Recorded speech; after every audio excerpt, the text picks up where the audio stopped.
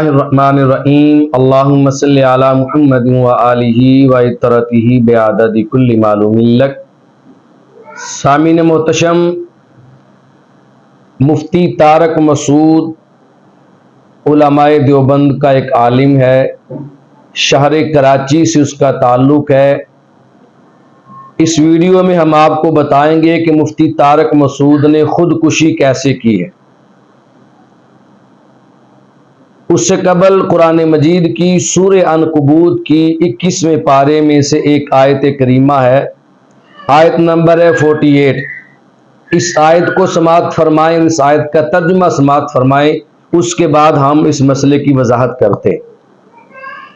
اللہ تبارک و تعالی قرآن مجید میں فرماتا ہے وَمَا كُنْتَ تَتْلُو مِن قَبْلِهِ مِن كِتَابٍ وَلَا تَخُطُّهُ بِيَمِينِكَ اذا لارتاب المبطلون۔ اے محبوب صلی اللہ علیہ وآلہ وسلم، آپ قرآن مجید کے نزول سے پہلے نہ ہی کوئی کتاب پڑھا کرتے تھے اور نہ ہی آپ کچھ لکھتے تھے۔ وجہ کیا تھی؟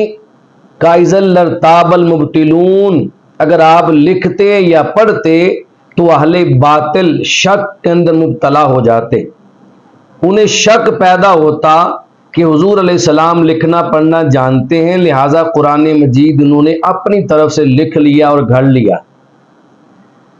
اب مفتی طارق مسعود کہتا ہے کہ حضور علیہ السلام کو نہ لکھنا آتا تھا نہ پڑھنا آتا تھا۔ ندان ایک ہوتا ہے لکھنا آتا ہے اور ایک ہوتا ہے لکھ نہیں سکتے۔ حضور علیہ السلام کو لکھنا بھی آتا ہے، پڑھنا بھی آتا ہے، ساری کائنات کو حضور علیہ السلام نے پڑھایا ہے۔ تمہارا یہ بار بار کہنا کہ حضور علیہ السلام کو نہ لکھنا آتا تھا نہ پڑھنا آتا تھا، معاذ اللہ، یہ تمہاری جہالت بول رہی تھی، تمہارا نظریہ بول رہا تھا، اور تمہارا پورا عقیدہ اور تمہاری پوری جماعت بول رہی تھی۔ ہم نے اس سے قبل ایک ویڈیو میں کہا کہ مفتی طارق مسعود نے حضور علیہ السلام کی شان میں گستاخی کی ہے جملہ بول کر، اسے رجوع کرنا چاہیے۔ اس کے بہت سارے فالور نے، اس کی جماعت کے لوگوں نے دفاع کیا اور کہا نہیں، مفتی طارق مسعود بہت بڑا عالم ہے۔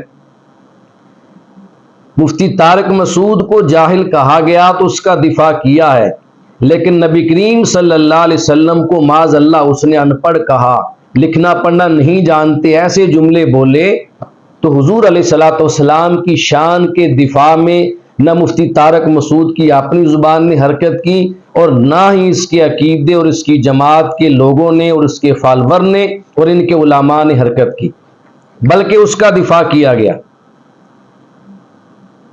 آپ مجھے اپنے ایمان سے بتائیں کہ جن انگلیوں کے ساتھ لکھا جاتا ہے، ہاتھ کے ساتھ لکھا جاتا ہے، میرے مصطفیٰ صلی اللہ علیہ وسلم کے دست مبارک کی یہ شان تھی کہ میرے آقا کے دست مبارک سے، آپ کی انگلیوں سے تو پانی کے چشمے جاری ہو جاتے تھے۔ مجھے بتائیں، ہاتھ سے لکھنا بڑی چیز ہے یا اس ہاتھ سے پانی کے چشمے جاری کر دینا یہ بڑی چیز ہے؟ بتائیں، ہاتھ سے لکھنا بڑا ہے یا اپنے ہاتھ کی انگلی سے چاند کو اشارہ کر کے دو ٹکڑے کر دینا یہ بڑا ہے؟ بتائیں، ہاتھ سے لکھنا بڑا ہے یا پھر انگلی کے اشارے سے ڈوبے ہوئے سورج کو واپس مقامی اثر پہ لا کے کھڑا کر دینا بڑا ہے؟ ندان میرے محبوب صلی اللہ علیہ وسلم کا منصب اس سے کئی گنا بڑا ہے۔ بادشاہ کے پاس اس کے خدام ہوتے ہیں، بادشاہ کبھی اپنے ہاتھوں سے نہیں لکھا کرتا۔ حضور علیہ السلام کے غلام سامنے موجود تھے، اس لیے مصطفیٰ کریم علیہ السلام اپنے غلاموں سے لکھواتے تھے۔ مفتی طارق مسعود نے حضور علیہ السلام کے بارے میں نازیبا کلمہ بول کر خودکشی کی ہے۔ یہ اپنے آپ کو جہنم میں دھکیلنے والی بات ہے۔ جو بندہ بھی حضور علیہ السلام کی شان اقدس میں بے ادبی کرتا ہے، توہین کرتا ہے، گستاخی کا مرتکب ہوتا ہے، وہ بندہ یقیناً دوزخ میں جاتا ہے، یقیناً جہنم میں جاتا ہے، کہ جنت تو حضور علیہ السلام کے صدقے سے ملنی ہے، جنت تو مصطفیٰ کریم علیہ السلام کی شفاعت سے ملنی ہے، جنت کے وارث تو حضور علیہ السلام ہے، اگر جنت کے وارث کو ہی ناراض کر لیا، انہی سے مخالفت مول لے لی، انہی سے دشمنی مول لے لی، تو وہ بندہ جنت میں کیسے جا سکتا ہے؟ تو حضور کی شان میں بے ادبی کرنا، گستاخی کرنا، یہ خودکشی کرنے کے مترادف ہے، یہ خود کو دوزخ میں ڈالنے کے مترادف ہے۔